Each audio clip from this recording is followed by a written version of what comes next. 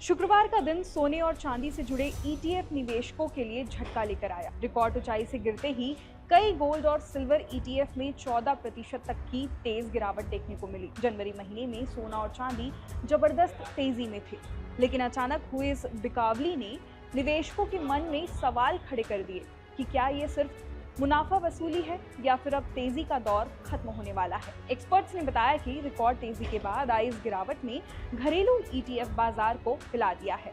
आंकड़ों के मुताबिक ज़ेरोधा सिल्वर ईटीएफ और एसबीआई सिल्वर ईटीएफ करीब 14% तक टूट गए।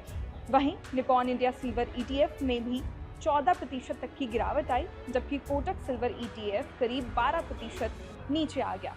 गोल्ड ईटीएफ भी दबाव में रहे। निप्पॉन इंडिया गोल्ड ईटीएफ करीब 10% गिरा और आईसीआईसीआई प्रूडेंशियल गोल्ड ईटीएफ में लगभग 6% की कमजोरी देखी गई। आपको मालूम हो कि पिछले कुछ समय में सोने और चांदी की कीमतों में जबरदस्त उछाल आया था।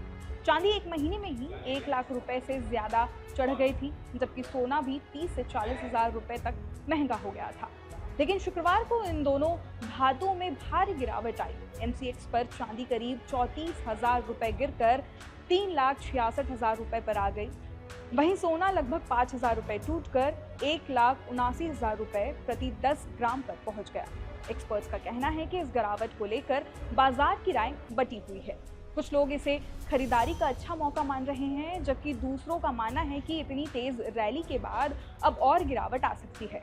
हालांकि एक्सपर्ट्स का कहना है कि सोलर पैनल, इलेक्ट्रिक वाहन और एआई जैसे सेक्टर से जुड़ी औद्योगिक मांग अभी भी मजबूत बनी हुई है।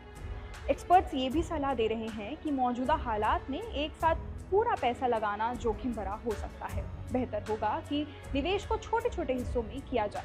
वहीं कंजर्वेटिव निवेशकों के लिए ये सलाह दी गई है कि वे अपने पोर्टफोलियो का 5 से 10% हिस्सा सोने चांदी में एसआईपी के जरिए लगाएं, ताकि टाइमिंग का जोखिम कम हो और जियोपॉलिटिकल तनाव के समय सुरक्षा बनी रहे। अब जानते हैं कि इतनी तेज गिरावट की असली वजह आखिर क्या रही।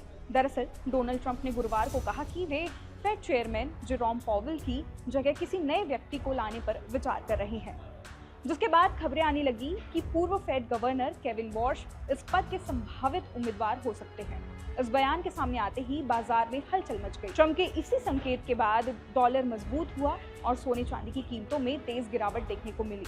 निवेशकों ने मुनाफा वसूली शुरू कर दी और एक्सपर्ट्स ने भी फिलहाल नई खरीदारी से सावधान रहने की सलाह दी है।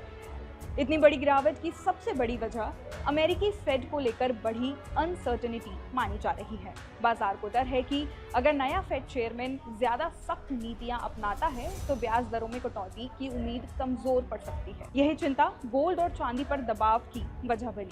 हालांकि एक्सपर्ट्स का कहना है कि ये गिरावट भले ही डराने वाली लगे, लेकिन इसे तेजी के खत्म होने का संकेत नहीं माना जा रहा। उनका मानना है कि ये रिकॉर्ड ऊंचाई के बाद हुई मुनाफा वसूली है। सोने और चांदी के फंडामेंटल फैक्टर्स अभी भी मजबूत बताए जा रहे हैं। फिर इस पूरे वीडियो पर आपकी क्या राय है, हमें कमेंट करके जरूर बताएं और ऐसे ही बिजनेस से रिलेटेड खबरों के लिए आप सब्सक्राइब करें हमारे चैनल IBC 24 डिजिटल को।